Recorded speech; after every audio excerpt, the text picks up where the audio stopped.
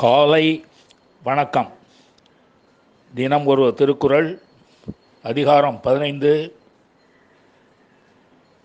பிறனில் விழையாமை. குறள் 145.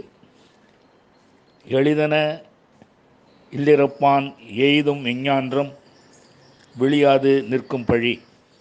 மீண்டும், எளிதன இல்லிருப்பான் எய்தும் எஞ்ஞான்றும் விழியாது நிற்கும் பழி. இதன் பொருள், இச்செயல் எளியது என எண்ணி பிறனுடைய மனைவியிடம் நெறி தவறி செல்கின்றவன் எப்போதும் அழியாமல் நிலை நிற்கும் பழியை அடைவான்.